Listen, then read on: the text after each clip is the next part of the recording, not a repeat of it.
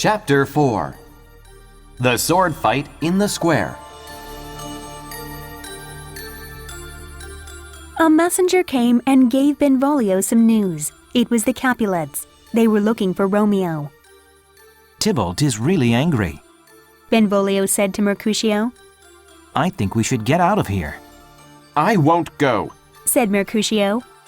I don't want to be here when they come. Insisted Benvolio. I don't want to get into a fight. Just then, Benvolio saw Tybalt and some of his friends making their way across the street. Oh no! Said Benvolio. Here come the Capulets. Let's go. I'm not worried about them. Replied Mercutio. It was too late to leave. Good afternoon. Said Tybalt. Can I speak with one of you? Speak with us? Said Mercutio. That's a strange way to ask someone to fight. I will fight if you give me a reason. Answered Tybalt, putting a hand on his sword. He stepped closer. Mercutio, Romeo was with you last night, right? Where is he now?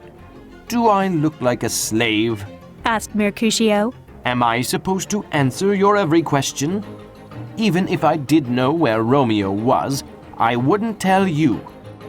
Tybalt drew his sword.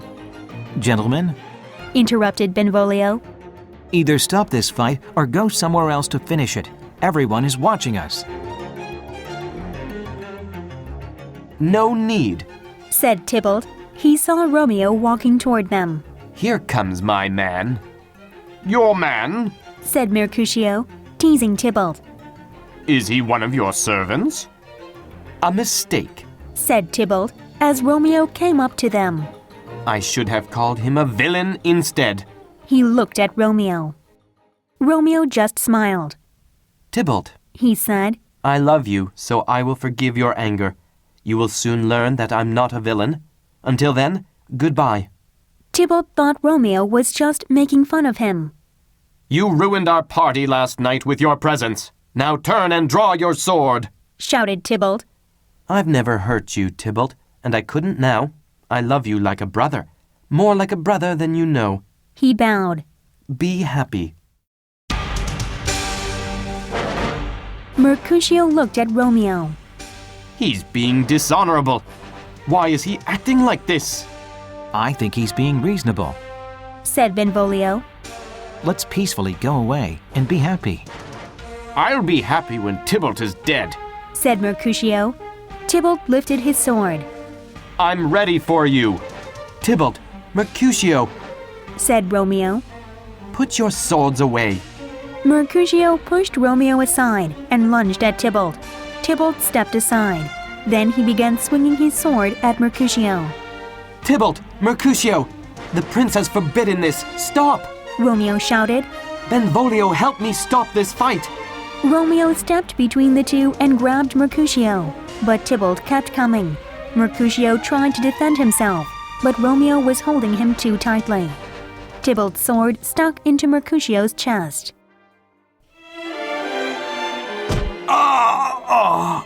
Mercutio cried, falling to the ground. Tybalt withdrew his sword and wiped off the blood. Benvolio ran to Mercutio. How bad is it? It's enough. Mercutio coughed. He put his hand over his chest. Blood gushed through his fingers. Be brave. Said Romeo. You'll be okay. No, Said Mercutio, his senses leaving him. I won't be okay. Blood began to come out of his mouth. Why did you come between us, Romeo? I couldn't defend myself. Romeo looked into his friend's eyes. I was trying to stop you. You stopped me, all right. Mercutio gasped. He has killed me. I'll take him to the doctor. Said Benvolio. As he prepared to lift him, he felt his pulse fade away. He's dead. He said. Romeo stared at Mercutio. My friend was killed because of me. He thought. And Tybalt teases us all. Oh, Juliet, I wish I could have married you one day later. Then Tybalt would not be my cousin, and I could take revenge on him. Romeo became so angry that the love and tenderness that he had felt began to disappear. In a second, he forgot about Juliet, about his marriage, and about the future. He wanted justice. He wanted revenge. He picked up Mercutio's sword. Romeo, Said Benvolio. put the sword away. Here comes Tybalt. Romeo didn't put the sword down. So you've returned to see Mercutio's dead body and to see us cry at your feet? No. No, Tybalt! He yelled. Tybalt strutted up to Romeo. You poor little boy. He said. Do you want to die just like Mercutio? My sword is strong. Romeo said, and he struck at Tybalt. Tybalt blocked Romeo's blow with ease, but Romeo pressed on with incredible speed. Tybalt tried to keep calm. He tried to make it appear as if he could easily defend against Romeo's attacks. It soon became clear that he was not fighting a man, but an avenging angel. Romeo swung at Tybalt so violently that he could no longer feel his arm or the sword. He kept raging forward. As he did, he saw Tybalt's eyes change from being confident to panic, and then to horror. Suddenly, there was no more ringing of swords, no more shouting. The vicious face of Tybalt became peaceful. It was then that Romeo saw how much he looked like Juliet. He watched Tybalt fall to the ground. Let's get out of here. Yelled Benvolio. Tybalt's dead. The prince will kill you all if he finds you here. Romeo dropped his sword. It was covered with Tybalt's blood, the blood of Juliet's kinsman. Oh, I'm a fool. He said. They are coming. Benvolio screamed. Romeo, get out of here. Juliet stood on her balcony. She watched the sunset. Please leave us, son, she chanted. Quickly become dark so that Romeo can come into my bedroom. Then we can hold each other all night. The nurse slipped through the curtain and out onto the balcony. She looked worried. Juliet knew something was wrong. What's the matter? He's dead, she said. Juliet almost fainted. My Romeo? My love? Dead? No, said the nurse, but the truth wasn't much better. No, Tybalt is dead, killed by Romeo, and Romeo has been banished by the prince. Did Romeo really kill Tybalt? Juliet could barely speak as she started to cry. There are no honest men, replied the nurse. I hope something bad happens to Romeo. Juliet became angry. Don't say that! He killed your cousin. How can you defend him? Should I hate my husband? My cousin would have killed Romeo, but my husband is still alive. Juliet tried to stop crying. So why can't I stop crying? I should be glad that Romeo is still alive. The tears came again. Banished! He will never come to Verona or me again. Romeo stood up when Friar Lawrence returned to his room. Well, Father, what news?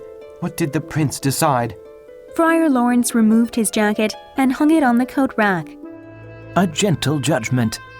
He said, knowing that Romeo would not agree. Not death, but banishment. Banishment? Romeo cried. Banishment is worse than death. Please say death. Friar Lawrence knew Romeo was saying this because of his love for Juliet. The prince could have killed you. He didn't. The prince is being kind. There was a loud knock on the door. Hide yourself, Romeo, said Friar Lawrence.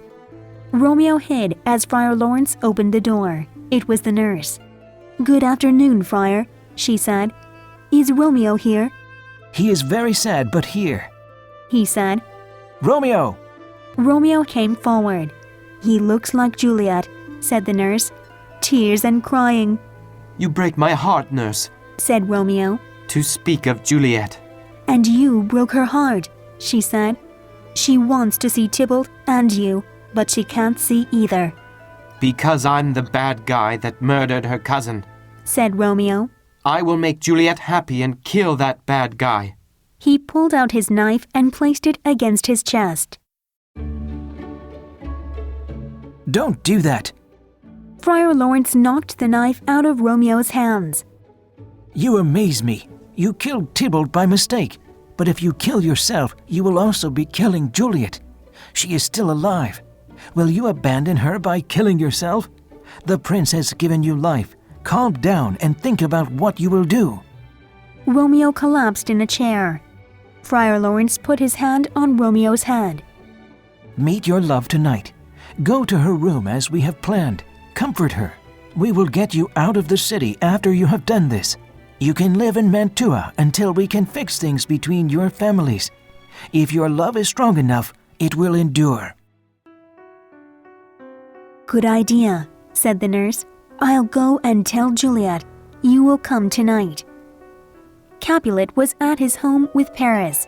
Because of Tybalt's death, he realized that many of the young people didn't listen to him. Tybalt hadn't listened to him, and so he had died. Capulet didn't want his only daughter to make the same mistake. Wife, He commanded. speak to Juliet before you go to bed. Tell her that Paris loves her. Tell her that on Thursday, 3 days from now, she will marry Paris. Lady Capulet bowed and left. Is this okay with you? Capulet asked Paris. Of course. I only wish that we could marry tomorrow. He answered.